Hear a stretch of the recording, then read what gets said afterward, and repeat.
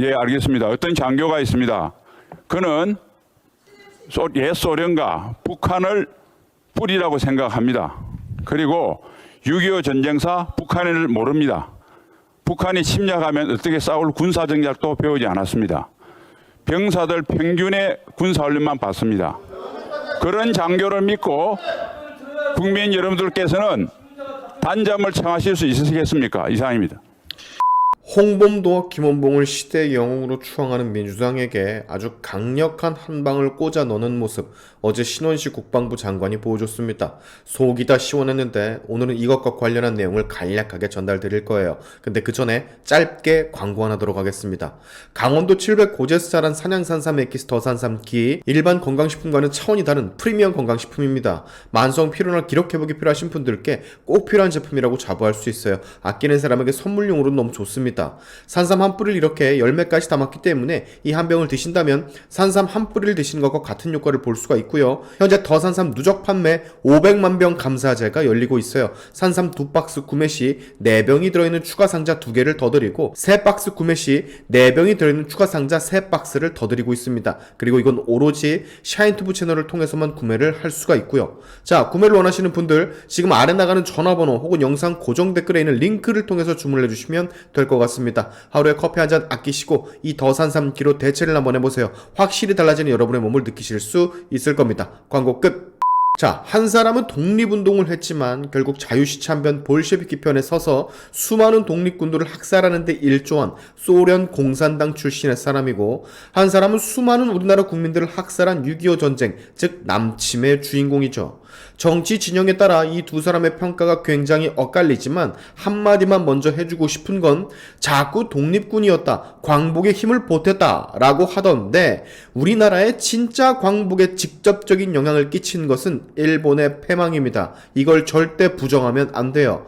좌파 애들과 얘기를 하다 보면 이들과 같은 사람이 있었기 때문에 우리나라가 독립을 할 수 있었던 것이다 라고 자꾸 주장을 하던데, 그분들이 나름대로의 독립을 위해 힘썼다라는 걸 부정하는 건 아니지만 직접적인 요인은 독립군들의 투쟁이 아닌 일본의 패망이라는 걸 인지하고 계셔야 돼요. 또한 독립군 광복에서의 어떤 역할을 하고 난 후 이들의 행보를 주목해야 됩니다. 예를 들어 볼게요. 기부하고 어려운 사람을 돕고 봉사활동을 많이 하는 사람이 있었습니다. 사회에 기여도 많이 했죠. 근데 어느 날 수십 명을 살해하는 있을 수 없는 일을 저질렀어요. 극악무도한 살인자가 된 거죠. 자, 그러면 역사는 이 사람을 어떻게 평가할까요? 수십 명을 살해한 악독한 살인마지만 그는 늘 봉사활동을 하고 기부하고 어려운 사람들을 도왔던 착한 사람이다 라고 평가를 하는 게 옳을까? 아니면 그냥 살인마 범죄자로 평가를 하는 게 옳을까? 곰곰이 잘 생각해보세요. 가슴에 손을 얹고. 자, 신원식 국방부 장관, 민주당에게 드러나는 듯 홍범도와 김원봉에 대한 평가를 적나라하게 적시하는데 그 현장 모습 같이 한번 보고 가시죠. 네, 독립운동가 홍범도 장군에 대한 평가는 저희들도 다 존중합니다. 그런데 말씀 중에 하나가 육사에 없다고 해서 모욕하는 거라고 말씀하셨는데, 그렇게 하면 육사에 없고 독립기념관에 동상이 있는 윤봉길 의사는 모욕당하는 겁니까? 그건 너무 논리 비약이고요. 육사는 박물관이 아닙니다. 모든 사람들을 다 선양할 수는 없습니다. 두 번째는 홍범도 장군이 훌륭한 독립투사라고 한 것을 한 번도 부정한 적이 없습니다. 군도 그렇고 저도 그렇고.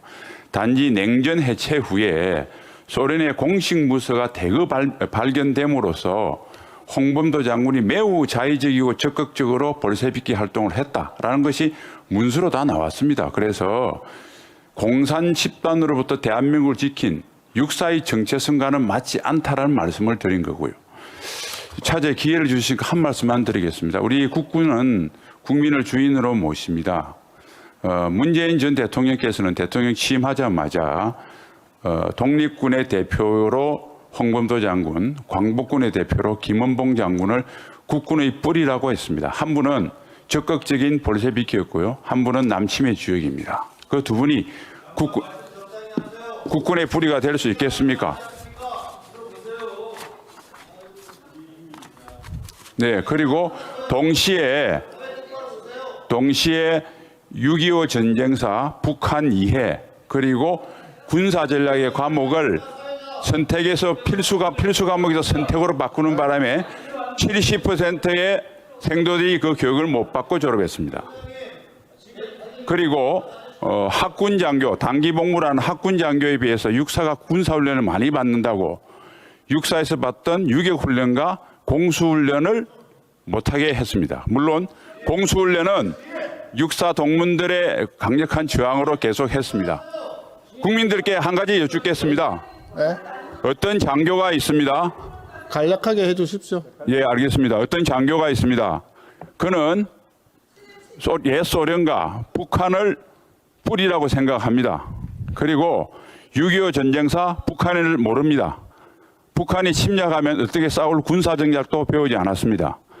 병사들 평균의 군사훈련만 받습니다. 그런 장교를 믿고 국민 여러분들께서는 단잠을 청하실 수 있으시겠습니까? 이상입니다.